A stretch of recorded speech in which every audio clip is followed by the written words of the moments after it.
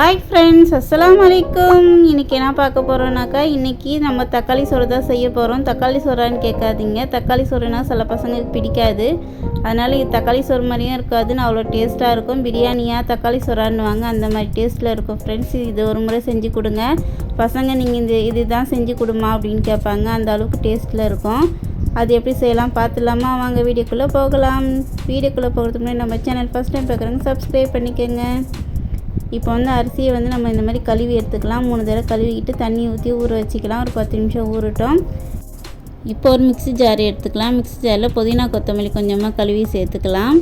இது கூடவே 2 கொத்து கருவேப்பிலையும் சேர்த்துக்கலாம். இப்போ ஒரு 4 தக்காளி கட் பண்ணிட்டு சேர்த்துக்கிறேன். வாஷ் பண்ணிவிட்டு சேர்த்துக்கோங்க. இப்போது 1 ஸ்பூன் அளவுக்கு சோம்பு சேர்த்துக்கலாம். இது கூடவே ஜீரகம் 1 ஸ்பூன் அளவுக்கு சேர்த்துக்கலாம். மிளகும் 1 ஸ்பூன் அளவுக்கு சேர்த்துக்கலாம். இப்போ எல்லாத்தையும் சேர்த்து நம்ம அரைச்சாச்சு. குறைப்பாக அரைச்சி எடுத்துக்கலாம். இந்த அளவுக்கு நான் அரைச்சி எடுத்துக்கிட்டேன் பாருங்கள். இது ஒரு பக்கம் இருக்கட்டும். இப்போ அடுப்பில் ஒரு குக்கர் வச்சுக்கலாம்.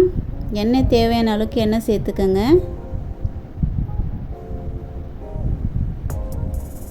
எண்ணெய் காஞ்சதுக்கப்புறம் பிரியாணி இலை ஒரே ஒரு பிரியாணி இலை சேர்த்துக்கலாம். 2 கலாம்பர் சேர்த்துக்கலாம். ஒரு பட்டை சேர்த்துக்கலாம். ஒரு 2 ஏலக்காய் சேர்த்துக்கலாம். இப்போ எல்லாத்தையும் சேர்த்தாச்சு. இது கூட வெங்காயத்தை ஆட் பண்ணிக்கோங்க. இது கூட கொஞ்சமாக உப்பு சேர்த்துக்கலாம். இப்போ நல்லா வதக்கி எடுத்துக்கலாம். நல்லா வதங்கட்டும். கொஞ்சம் கோல்டன் கலர் வர வரைக்கும் நம்ம வதக்கி எடுத்துக்கலாம். இந்த அளவுக்கு வந்துடுச்சு பாருங்கள். இப்போ இஞ்சி பூண்டு பேஸ்ட்டு 2 ஸ்பூன் அளவுக்கு சேர்த்துருக்குறேன். நான் அரிசி எவ்வளோ எடுக்கிறேனோ அந்த அளவுக்காக நான் சேர்த்துருக்குறேன். நீங்கள் எவ்வளோ செய்கிறீங்களோ அந்த அளவுக்கு நீங்கள் கூட குறைச்சி நீங்கள் போட்டுக்கலாம்.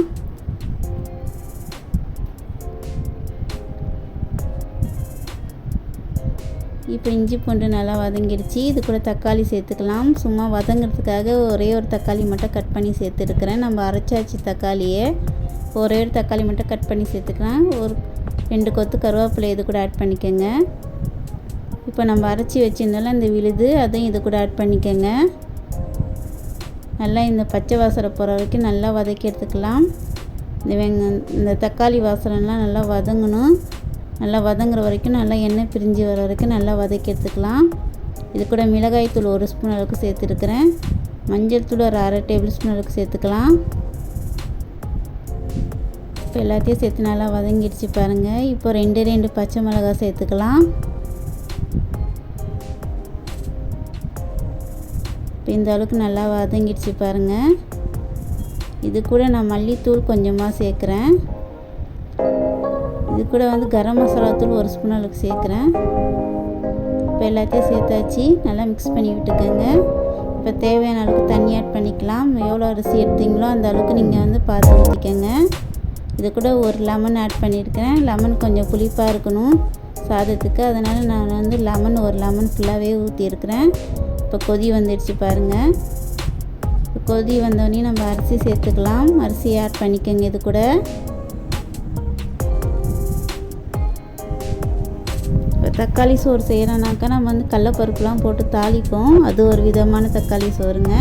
இந்த மாதிரி செஞ்சு கொடுங்க. இது ஒரு டேஸ்ட்டில் இருக்கும். பசங்களுக்கு பிரியாணியாக நம்ம தக்காளி சோறா கேட்பாங்க. அந்த அளவுக்கு டேஸ்ட்டில் இருக்கும். இது கூட 2 ஸ்பூன் அளவுக்கு நம்ம நெய் ஆட் பண்ணிக்கலாம். நெய் ஆட் பண்ணிக்கிட்டு நம்ம மூடியை போட்டு நம்ம ஒரே ஒரு விசில் விட்டுக்கலாம். அவ்வளோதான் ஃப்ரெண்ட்ஸ், நம்மளுடைய தக்காளி சோறு ரெடி ஆகிடுச்சு பாருங்கள்.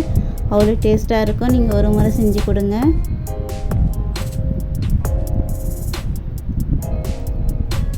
நாங்கள் சாப்பிட்லாம். அவ்வளோ சூப்பராக இருக்கும் ஃப்ரெண்ட்ஸ். நீங்கள் ஒரு முறை ட்ரை பண்ணி பாருங்கள்.